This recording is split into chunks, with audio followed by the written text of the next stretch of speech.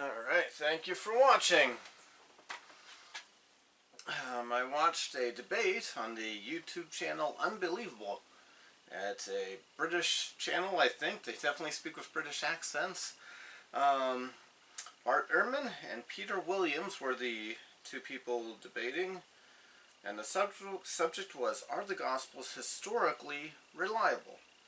So this wasn't a theological debate about whether what we have in them is correct or not theologically. Just, can we trust them as historical documents, or is that not the right way to look at them? Both of these men are academics. They have multiple degrees and or work at universities. Bart Ehrman, as he studied more, decided that he is not a Christian. He is an agnostic. He does not say firmly there is no God. He's just not believing the Christian story. And Peter said that as he studies more, he sees more evidence for his Christian faith. Bart Ehrman, some of the reasons he says we need to doubt the historicity of the Gospels. He's not saying that there was no Jesus. He actually says there was a Jesus. But Jesus Christ spoke in Aramaic, and the Gospels are in Greek. One evidence Bart has for the Gospels being copied is the same stories. Well, the oral tradition, Bart says the oral tradition is unreliable. It's highly likely for things to change in an oral storytelling. And he believes that Mark and Matthew copied from something else because they're so similar in the stories. I don't find that convincing. Peter is not committed to a certain date for the Gospels. He's just certain that they are reliable. One reason is the person writing the Gospels was very familiar with the area and got a lot of details right. And he thinks it's more plausible that the person was actually there as opposed to somebody taking a large amount of time to study the area and get their details right about it.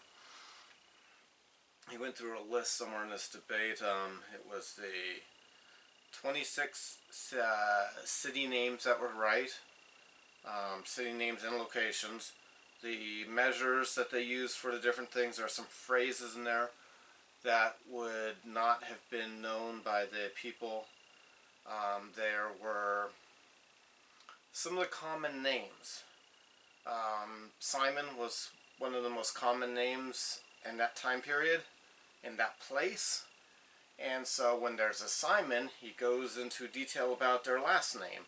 But the less common names, he does not go into detail about, last names or family names or who the parent is, identifying information, because the less common name, it's like now, the more common names, you're likely talking to somebody who knows more than one person with that name. You might need to be specific. Well, which one of this person are you talking about that said this? And so Bart puts more stock in what archaeologists say about things like the size of the cities and how many people were living there.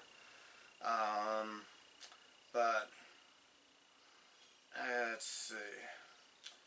Yeah, but I would trust Josephus more than modern day archaeologists, because archaeologists dig up limited amounts of area and then make reasonable guesses and assumptions, reasonable guesses based on what they've dug up, but they aren't digging up everything. So maybe there's more things that they don't dig up because the people are living on top of something. Maybe, people might be living on top of some of the old ruins that would teach archaeologists something new. Yeah, so,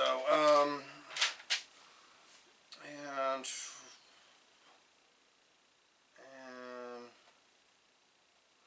the towns, research. yeah. One point that Bart made that is a good point. Knowing the name of the city is not good proof that the story is correct. He gave a hypothetical scenario where somebody gives a story about the three of them that were in the debate that is inaccurate, but the person giving the story names all the right cities, and archaeologists 2,000 years later find all the cities that they talk about. That's true. Fictional story writers place their stories sometimes in the real world, and so just knowing the name of a city doesn't absolutely prove that everything's right about a story. Okay. Yeah. Alright. And what else is, I'm trying to give you a review of it, not tell you every single word said. Alright. One difference these two had is Peter was doing more theology, according to Bart Ehrman, and Bart Ehrman was doing more history. And Bart wasn't saying it's evil, there's just a difference between the way you look at things if you are trying to look at it the way a historian does. Peter was making the point or claim that he is going with the more plausible explanations for the evidence, and he believes skeptics in the Bible have more explaining to do, have a less plausible explanation for the evidence.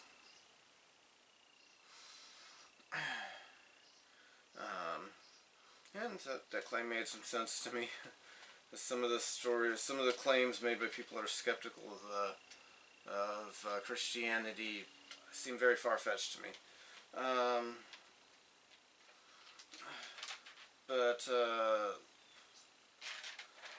Alright.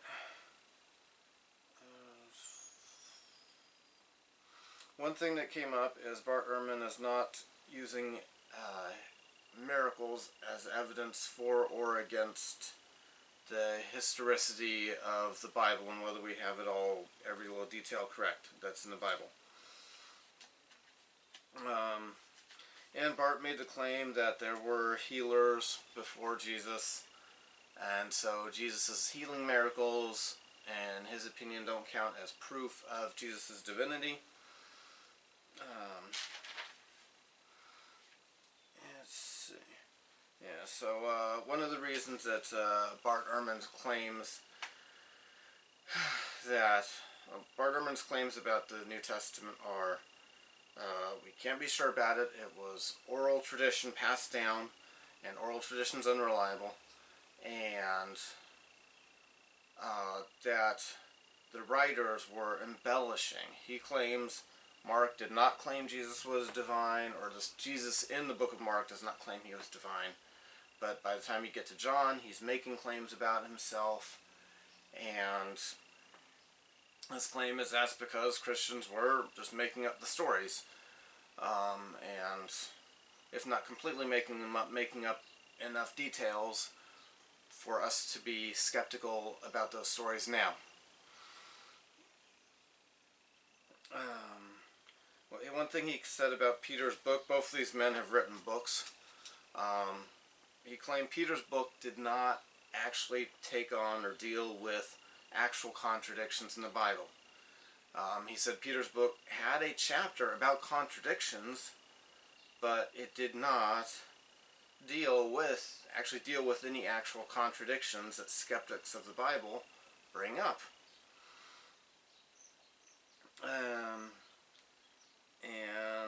Alright, so at the end of the debate they got around to asking, like, what's Bart Ehrman's motivation?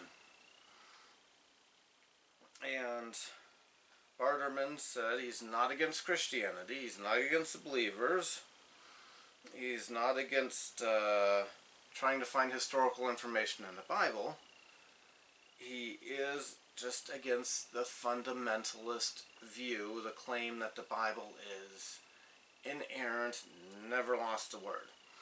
He tried to get Peter to make give his opinion about that at one point in the debate. And And Peter said he did not appreciate words being put in his mouth or something like that. He didn't want words put in his mouth. At that point, he was being ridiculous.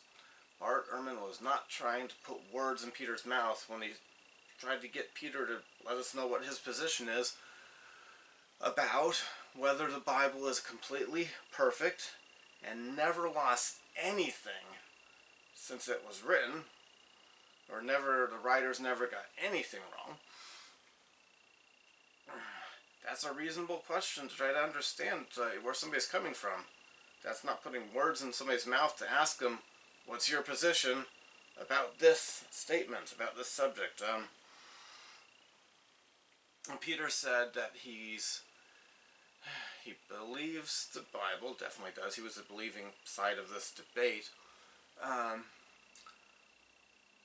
And he believes the Bible's from God, and he believes God, but he wasn't going to take a position on inerrancy, which is, I would have liked to know what he thinks about that. Did the Bible ever lose a little something that was, in it, or is that pristine? So Bart Ehrman's against a fundamentalist view.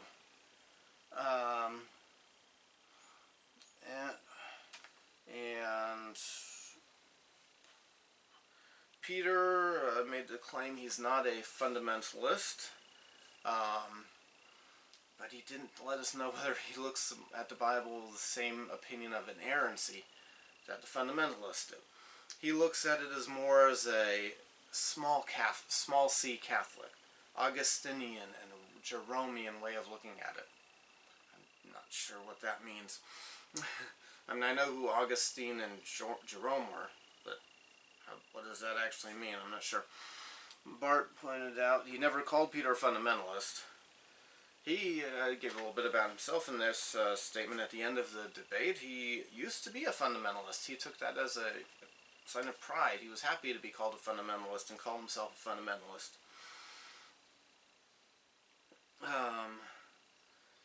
He pointed out that the confirmation bias is a real thing, and he used to have that confirmation bias. In his early life, he was a fundamentalist, and he decided to follow the truth.